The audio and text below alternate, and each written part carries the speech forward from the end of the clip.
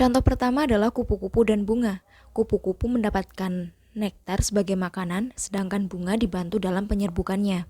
Keduanya saling menguntungkan. Contoh kedua adalah semut dan pohon. Semut mendapatkan tempat tinggal dan makanan dari pohon, sementara pohon dilindungi oleh semut dari hama atau hewan pemakan daun. Contoh ketiga adalah lebah dan bunga.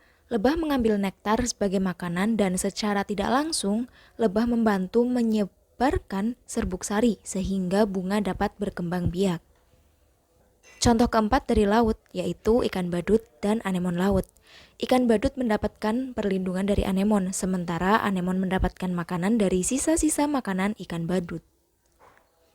Contoh kelima adalah burung jalak dan kerbau. Burung jalak memakan kutu di tubuh kerbau sehingga kerbau terbebas dari gangguan, dan burung mendapatkan makanan. Itulah tadi 5 contoh simbiosis mutualisme yang ada di lingkungan sekitar kita. Semua contoh tadi menunjukkan bagaimana dua makhluk hidup bisa saling menguntungkan dan hidup bersama. Mereka saling menguntungkan satu sama lain. Simbiosis komensalisme adalah hubungan antara dua makhluk hidup yang satu diuntungkan dan yang lainnya tidak diuntungkan atau tidak dirugikan. Yuk langsung saja kita cari simbiosis komensalisme di lingkungan sekitar kita.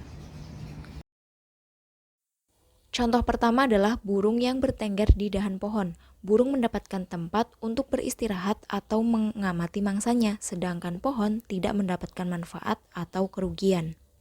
Contoh kedua adalah tanaman anggrek yang menempel pada batang pohon besar.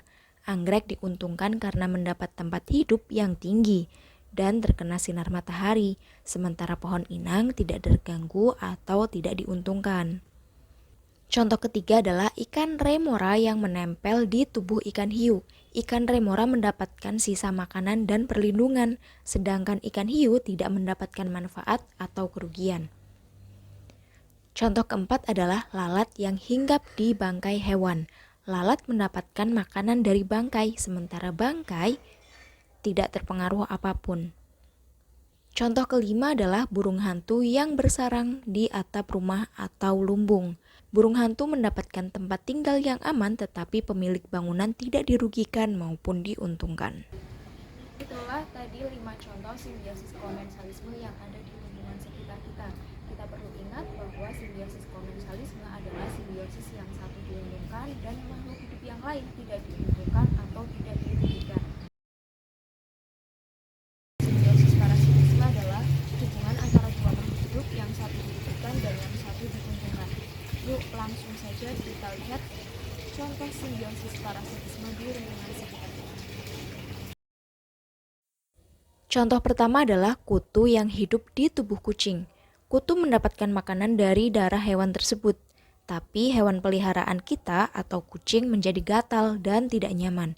Jadi kutu diuntungkan dan kucing dirugikan. Contoh kedua adalah benalu yang tumbuh menempel di pohon. Benalu menyerap air dan nutrisi dari pohon inangnya, sehingga pohon bisa kekurangan zat hara dan menjadi lemah. Contoh ketiga adalah nyamuk dan manusia.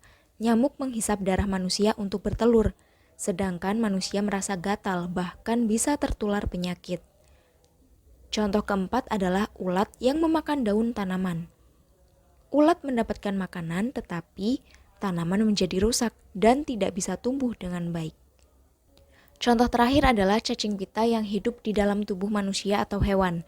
Cacing menyerap nutrisi dari makanan yang dicerna tubuh sehingga manusia atau hewan bisa kekurangan gizi. Itulah tadi 5 contoh simbiosis parasitisme yang ada di lingkungan sekitar kita. Simbiosis parasitisme adalah simbiosis yang tidak seimbang karena satu makhluk hidup diuntungkan dan makhluk hidup yang lain dirugikan. Kita perlu menjaga lingkungan kita agar simbiosis seperti itu tidak merugikan makhluk hidup lain, terutama manusia dan tumbuhan yang kita rawat. Sekian video dari saya, kurang lebihnya mohon maaf. Wassalamualaikum warahmatullahi wabarakatuh.